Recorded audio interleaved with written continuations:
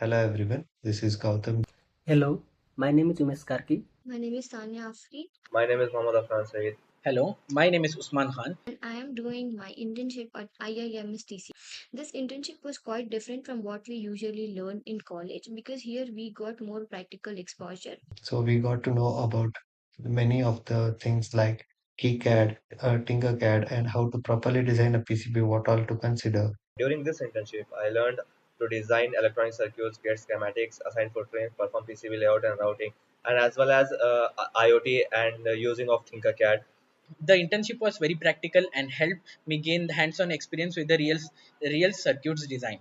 I gained valuable practical knowledge about Internet of Things, technologies, and their real-world applications.